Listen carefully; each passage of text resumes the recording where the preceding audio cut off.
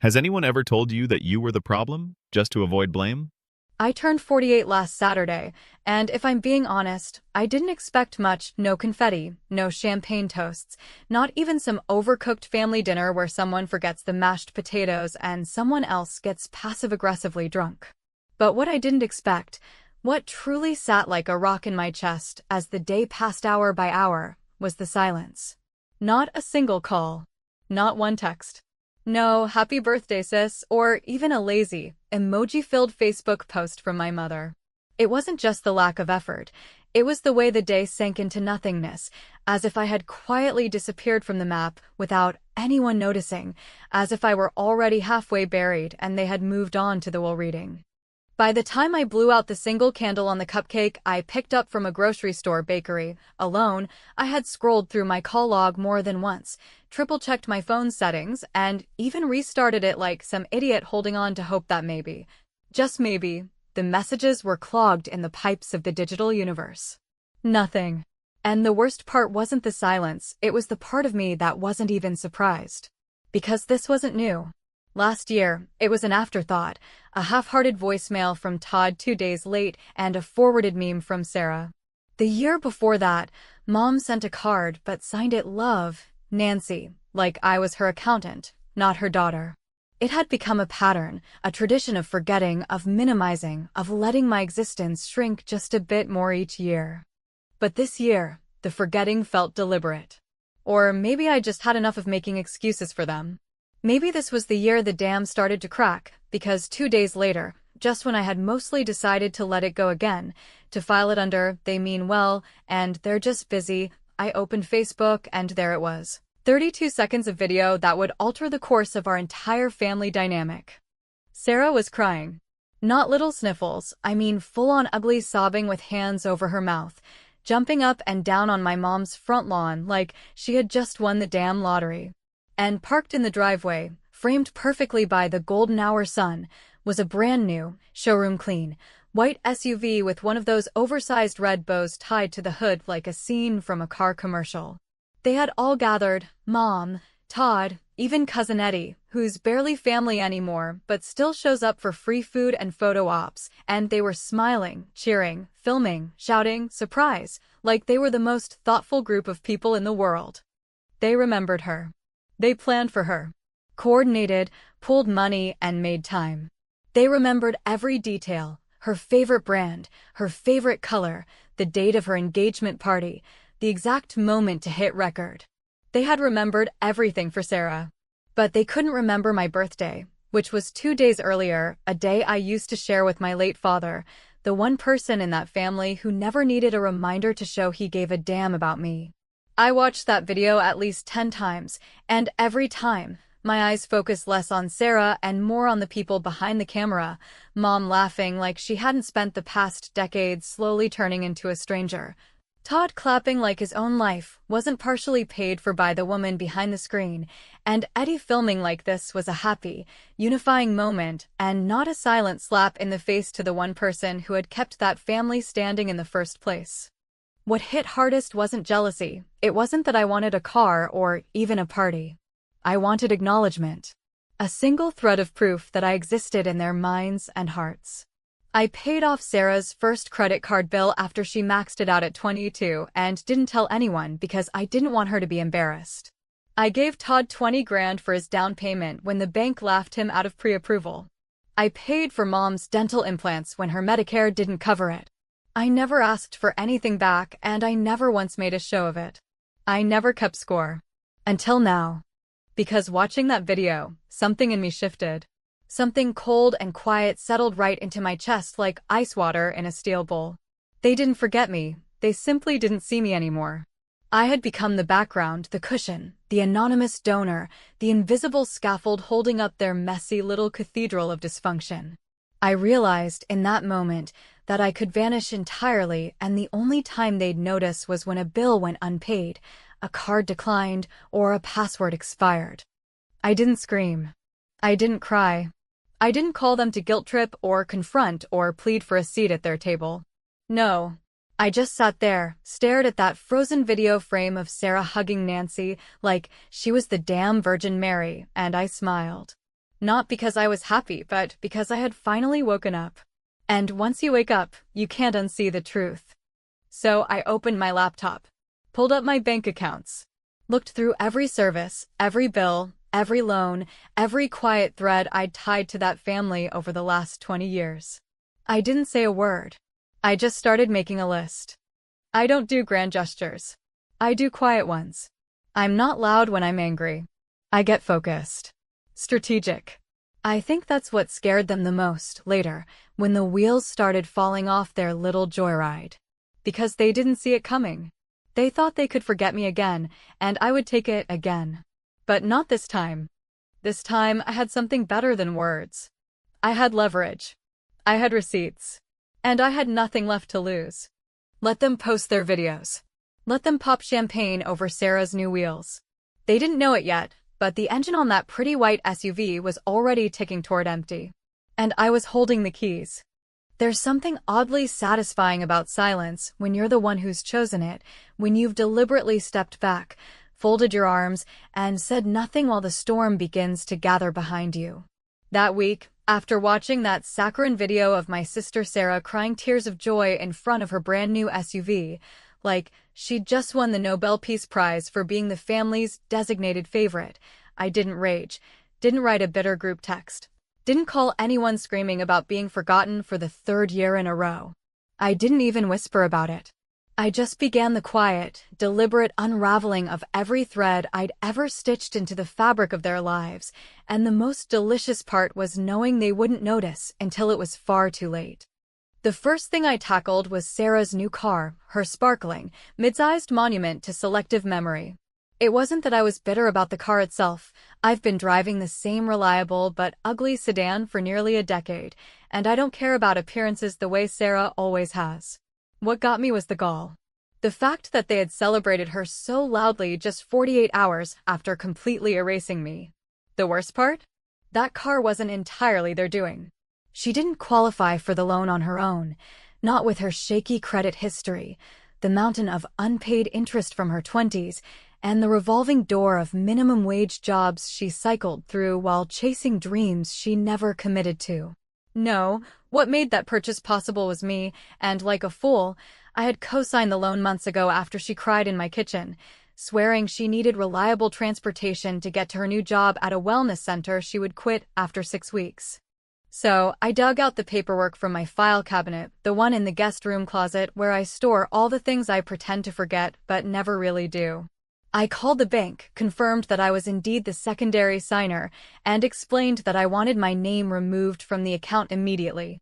The voice on the other end hesitated, gave me the usual customer service script about process and responsibility, but I pushed back with calm precision, explaining that I had been misled about the financial stability of the primary borrower and that I no longer had confidence in her ability to maintain payments. The woman paused again, and when she spoke next, it was with the slightly chilled tone of someone who understands she's part of something bigger than a paperwork shuffle. "Ma'am," she said, "I just need to confirm, are you requesting removal from the loan, or are you choosing to trigger the review process for full responsibility reassessment?" "Whichever one leads to repossession," I said, quietly. And that was that. Next, I took aim at the little things, the small conveniences they all shared under the radar, the services they assumed were just there, like air or tap water. The Amazon Prime account I had opened a decade ago and foolishly allowed multiple family members to mooch off? Gone.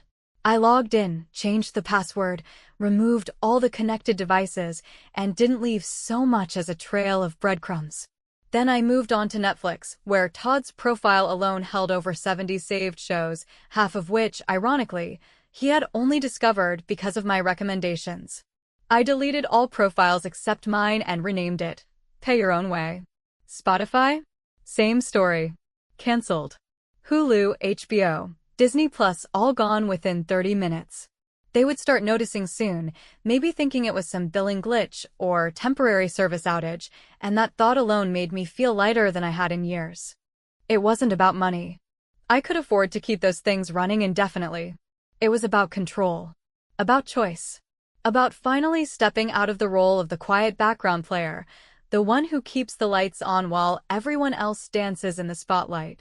I didn't want revenge so much as I wanted space, the kind of emotional clarity that only comes when you stop holding up the roof for people who don't even know you're under it. But I won't lie, some parts felt a little petty, and I savored them all the more for it. Like logging into Todd's streaming setup, where I'd once helped configure his Wi-Fi during a weekend visit, and disconnecting the entire household from my shared internet account. I knew he wouldn't understand what had happened right away. That man still believes buffering is caused by too much rain in the air. So when I got the text that night, "Hey, weird question, did the Wi-Fi go down or something?" I didn't answer. I just watched it sit there, unread, unacknowledged, like so many of my birthday messages had done in years past. What made all this so surreal was the speed with which the inconvenience dominoes began to fall. Sarah posted on her Instagram story, because of course she did, asking if anyone else's streaming apps were bugging out and if Comcast was acting dumb. I sat on my couch, sipping wine I didn't even particularly like, feeling like I'd just pushed the first tile in a long, satisfying chain. There was a quiet thrill in the symmetry. For years, I had made sure they had what they needed before they even asked, before they noticed. And now, one by one, I was removing myself from their equation. Not dramatically. Not with shouting or ultimatums. But with quiet, measured indifference. I don't know if they thought the things they had came from nowhere. Maybe they genuinely believed Netflix pays for itself. Or maybe they just didn't care to ask. Either way, I had decided I was done. Done funding comfort for people who couldn't remember one day a year that mattered to me.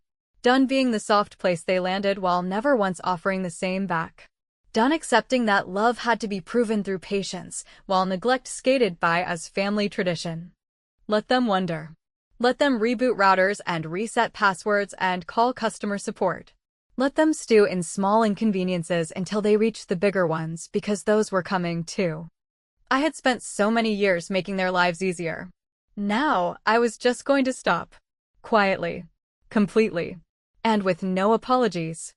When I co-signed Todd's mortgage 5 years ago, I told myself it was just temporary, a gesture of support for my older brother who had always been more dreamer than doer, who had spent his 20s in a string of bar bands that never quite made it past the local open mic scene, and his 30s floating from part-time gigs to vague business ideas that never lasted longer than a few seasons. He had charm, of course, that kind of ragged confidence that makes people think he's smarter than he is, and for a long time I mistook that charm for potential. The way little sisters sometimes do when they still believe family loyalty is a currency that will eventually be repaid.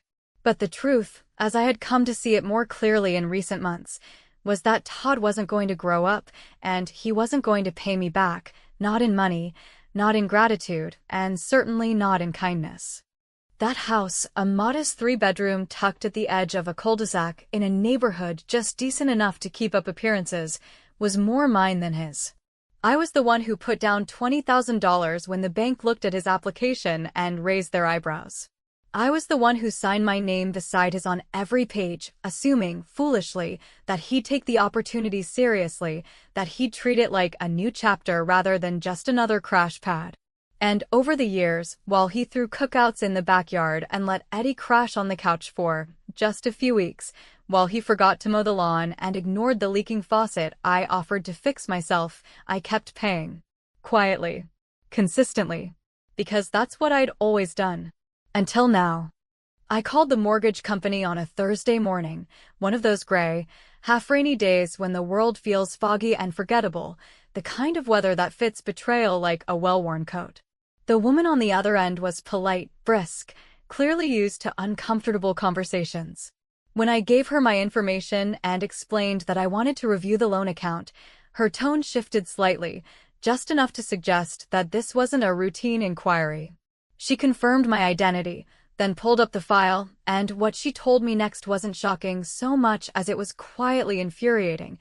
For months of missed payments, each one stacking late fees and notices, each one quietly swept under the rug by Todd's half-baked optimism that things would work out. "Ma'am," she said carefully, "given the delinquency status and your position as co-borrower, you are within your rights to initiate foreclosure proceedings if resolution cannot be achieved." I paused, Not because I didn't know what I was going to do, but because I wanted to savor the moment, the exact second I crossed the invisible line from the enabler they depended on to the reckoning they never saw coming. "I'd like to proceed," I said, calmly. "Please note my file. I will no longer be financially liable for this property." She read me the standard disclaimers, the legal warnings, the implications. I listened, agreed, signed the necessary forms electronically, and by lunchtime, I had set in motion the slow, grinding wheels of consequences that Todd had spent most of his life avoiding. That evening, as if the universe were staging its own version of dramatic irony, I got a group text from my mother, her first real communication since Sarah's big surprise video. She didn't mention the birthday, didn't acknowledge the silence, didn't even pretend to check in. Instead, she wrote, "Is something wrong with the internet? Todd says the Wi-Fi is out and he thinks it's in your name. No, hello, no, how are you? No soft attempt at reconciliation. Just confusion about the fallout." It wasn't concern for me, it was panic over the inconveniences unraveling around them. And something about that message, so small and yet so revealing, made something harden in my chest, something permanent. I realized in that moment that I had spent years mistaking dependency for love and tolerance for closeness, when what we had was nothing more than a carefully maintained illusion, one I had been funding with emotional and literal currency for far too long. I didn't respond. Not to her, not to Todd, not to the few stray messages Sarah had sent about her car being taken while she was out to brunch with her fiancé, the same man who once joked at Thanksgiving that I was the family ATM with glasses. I let the silence speak for itself. And as I sat in my quiet apartment, watching emails roll in from various companies confirming account closures, service terminations, and automatic withdrawals disabled, I felt, for the first time in years, like I was breathing air that didn't belong to someone else. Later that week, I drove past Todd's house. I didn't stop. I didn't get out. I didn't even slow down. But from the corner of my eye, I saw the overgrown grass, the chipped paint on the porch, and the final notice envelope wedged into the screen door. And I thought, not with malice, but with clarity, that sometimes the best way to teach someone what they had is to take it away, slowly and deliberately, until all that's left is the space where you used to be. Because that's the thing they never understood. I was never loud. I was never dramatic. I never shouted or demanded or made threats. But I was the one who made everything work. I was the oil in the machine, the scaffolding behind the scenes. And now that I had begun removing myself, piece by piece, they were starting to feel it. They thought I would keep showing up, no matter how many times they forgot me, minimized me, overlooked me. They thought I was part of the background, permanent and passive. But now their calls were going to voicemail, their payments were bouncing, and their safety nets were disappearing. And I hadn't even gotten to the trust fund yet. There's a moment in every carefully plotted unraveling when the people who once assumed your silence meant submission start to feel the shift in the air, not a storm yet, but the unmistakable pressure drop before the clouds roll in. The sensation that something is coming that they can't quite see but instinctively fear, a reckoning they can't define but know, deep in the back of their throats, is going to leave a mark. That moment came exactly 5 days after I made the call about Todd's mortgage, 4 days after Sarah's car was quietly repossessed from the restaurant parking lot where she had been enjoying mimosas and eggs Benedict. And just 2 days after I emptied every shared savings account I'd set up over the years into my own private fund, erasing the digital handouts I had created for birthdays, emergencies, school supplies, dental surgeries, and all the moments in between when someone just needed a little help. It started with Sarah, because of course it did, her voice all sugar and apology, trying to braid guilt and charm into something I would fall for again. She left a voicemail that began with, "Hey, sis, I just wanted to check in," as though we had spoken recently, as though she hadn't looked straight through me at Mom's last holiday dinner while gushing about her wedding colors to an audience that didn't include me. She asked, casually, if I had heard anything about her car loan and whether I knew why she was suddenly getting calls from the bank saying her cosigner had withdrawn. She made it sound like an error, a glitch, a misplaced file in some anonymous system, like I hadn't made a conscious decision with a clear objective to teach her that you don't get to collect blessings like candy while handing out indifference in return. Then came Todd, who didn't bother pretending. His voicemail was one long, exasperated sigh strung together with accusations he barely disguised as questions. Did you really talk to the bank? Are you trying to screw me over? You know this house is all I have, right? And the way he said screw me over, as if I had blindsided him with betrayal instead of simply ceasing to carry the weight of his bad decisions, revealed more about his expectations than any apology ever could. He had assumed I would keep catching his slack forever, that my role in the family was fixed and unshakable, like the foundation of the house he now realized was no longer his to take for granted. Mom's message, though, was the one that lodged itself deepest, not because it was cruel or confrontational, but because it was drenched in the kind of disappointment that only works on you if you still crave the approval of someone who never quite gave it in the first place. She didn't mention my birthday. Not a word. She didn't even pretend that the silence had been unintentional. Instead, she tiptoed around the growing chaos, asking vague questions about what's going on and expressing her confusion over why Todd was getting foreclosure notices and Sarah's new car had disappeared. She kept using the word confused, like she couldn't possibly understand what had changed, like she had missed the moment the switch flipped in me, or more likely, like she never imagined I had the capacity for a switch at all. And maybe that was the core of it, the thing that hit me hardest as their voices filled up my voicemail box and their messages began stacking in the family group chat, frantic and defensive and desperate for clarity. They hadn't forgotten me because they were evil or malicious. They had forgotten me because I had trained them to. I had spent so many years being the one who came through without being asked, the one who picked up the pieces before anyone even realized something had broken, that I had effectively erased myself from the narrative. I had become their infrastructure, their autopilot, their just-in-time delivery system for comfort and stability, and like most people who benefit from invisible labor, they hadn't stopped to ask where it came from until it wasn't there anymore. By the end of the week, the group chat had shifted tone from confusion to panic. Eddie, who had largely stayed quiet except for the occasional meme or thumbs-up reaction, suddenly became vocal, chiming in with, "Hey, I'm just trying to understand why all the stuff we count on is disappearing. Like, what's going on with the utilities?" Which told me he had noticed that the electric bill, also in my name, had gone unpaid for the first time in 3 years. He was still crashing at Todd's, which made sense, since freeloaders tend to follow the trail of easiest living. And now the freeloaders were feeling the walls tighten, the heat flicker, the Wi-Fi cut out, and none of them knew where to point the blame because the culprit wasn't shouting or accusing or demanding. She was just gone. It would have been easy to reply. To fire off a message that listed every slight, every forgotten birthday, every unacknowledged dollar, every moment I sat quietly while they poured their energy into one another and left me sitting in the corner with my name misspelled on the gift tags. But I didn't want easy. I didn't want vindication served like some gloating monologue in a bad movie.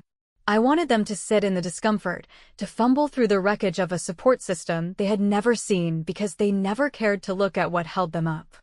And while they scrambled to understand what had gone wrong, I spent those days in a kind of silence I hadn't known before, not lonely, not bitter, just deeply, soulfully quiet. I walked to the park every evening, let the breeze hit my face, watched the sunset spill across the skyline without thinking once about bills or reminders or obligations. For the first time in as long as I could remember, no one needed anything from me, and I didn't reach for my phone out of habit or guilt. I let the voicemails rot. I let the messages pile up like unopened mail. And when Sunday rolled around and the group chat lit up with a message from Mom, emergency dinner. Everyone. 6 p.m., no excuses. I didn't hesitate. I knew I would go. I knew the performance they were preparing. The concerned faces. The raised voices. The mixture of guilt and confusion and veiled entitlement. I could already picture Sarah trying to cry without smudging her makeup, Todd pacing like he always did when cornered, Mom wringing her hands like the victim in someone else's drama. But I didn't dread it. Because I was no longer walking into that dinner as the silent supporter, the dependable backbone, the invisible woman they never remembered until something went wrong. I was walking in as someone who had finally stepped off the ride. And I was curious, deeply, almost perversely curious, to see what would happen when they realized the one person they thought would never leave had already left them behind. They wanted a meeting. They wanted answers. What they were going to get was the truth. Or at least, the version I was finally ready to tell. The day of the so-called emergency dinner felt eerily calm, the kind of quiet you sometimes get just before a thunderstorm, when everything around you seems to hold its breath in anticipation of something breaking. I didn't dress up, not in the traditional sense, but I chose my outfit deliberately sleek, sharp, neutral in color but unmissable in tone, the kind of thing that said I was coming prepared. Not to beg for understanding or explain myself into forgiveness, but to stand still in whatever fire they thought they could throw at me. I parked 2 blocks away, walked the rest of the distance slowly, almost serenely, as though I were arriving not for confrontation, but for closure. When I stepped through the front door of my mother's house, still technically owned by me, though she never acknowledged it, I could feel the tension before I saw a single face. The air was thick, heavy with expectation, the kind of artificial warmth people manufacture when they know they've screwed up but can't quite bring themselves to admit it. The smell of something overcooked drifted from the kitchen, pot roast, probably, her go-to when she wanted to seem nurturing, and the clinking of cutlery and muffled voices told me they were all already seated, already in character, already preparing whatever performance they had rehearsed among themselves. I walked into the dining room and found them just as I expected, Sarah perched at the table with her hands folded too neatly, her expression a delicate mask of hurt and confusion. Todd slouched with the defensive posture of someone who'd convinced himself he was the real victim. Eddie, seated like an unwanted houseplant in the far corner, pretending to be neutral while soaking in every detail for later gossip.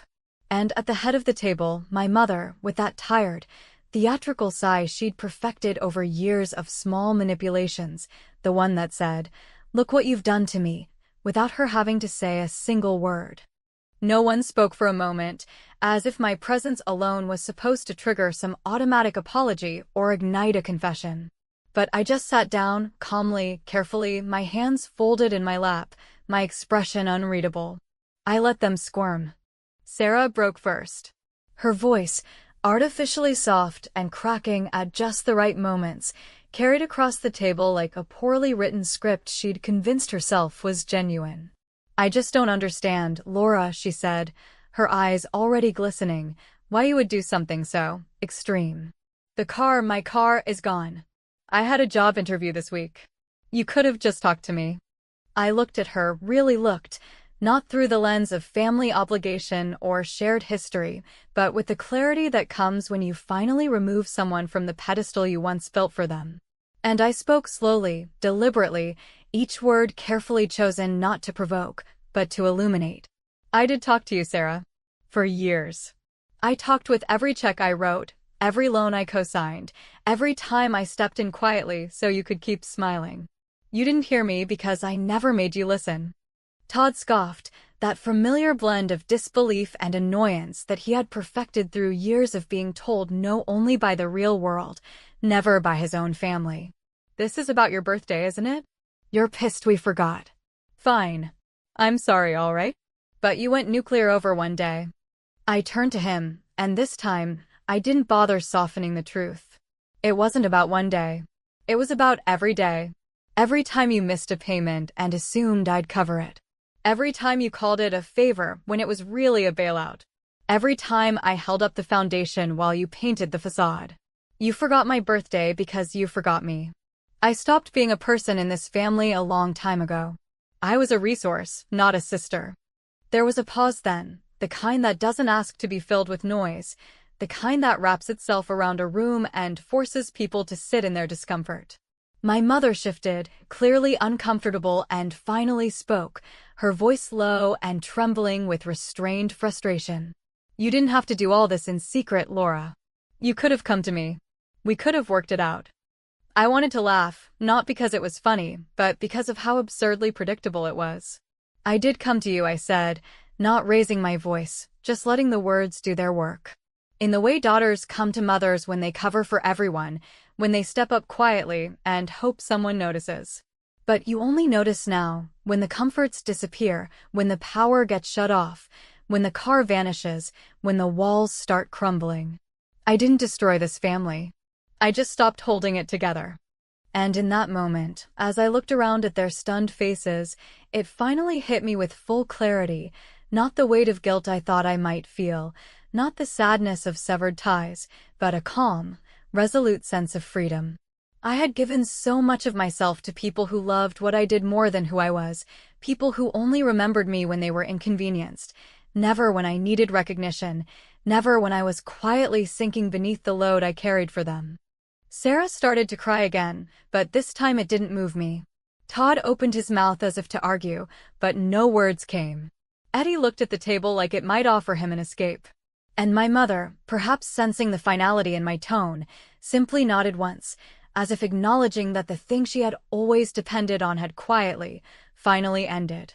I stood, gathered my coat, and, before leaving, I turned to them one last time, not with anger, not with vengeance, but with something colder, something cleaner. You didn't lose me over a missed birthday. You lost me over years of missing who I am. And now, I'm finally choosing not to be part of a story where I was never more than a shadow. I walked out without waiting for a response, without looking back, without slamming doors or demanding understanding. I didn't need closure from them because I had already given it to myself. And now, months later, as the dust settles and the silence stretches long and wide and undisturbed, I sometimes wonder if I went too far. If maybe there was a version of events where we talked it through, where they finally saw me and apologized, where the family realigned itself into something functional and whole. But most nights, when I sit in the home I own completely, paid off by my own discipline and unseen sacrifices, I don't feel regret. What I feel is peace. Not the kind you earn through forgiveness or reconciliation, but the kind you claim when you finally stop trading your dignity for inclusion in a family that only calls when the lights go out. And maybe that's the most painful truth of all. I didn't break the family. I just stopped pretending it wasn't already broken.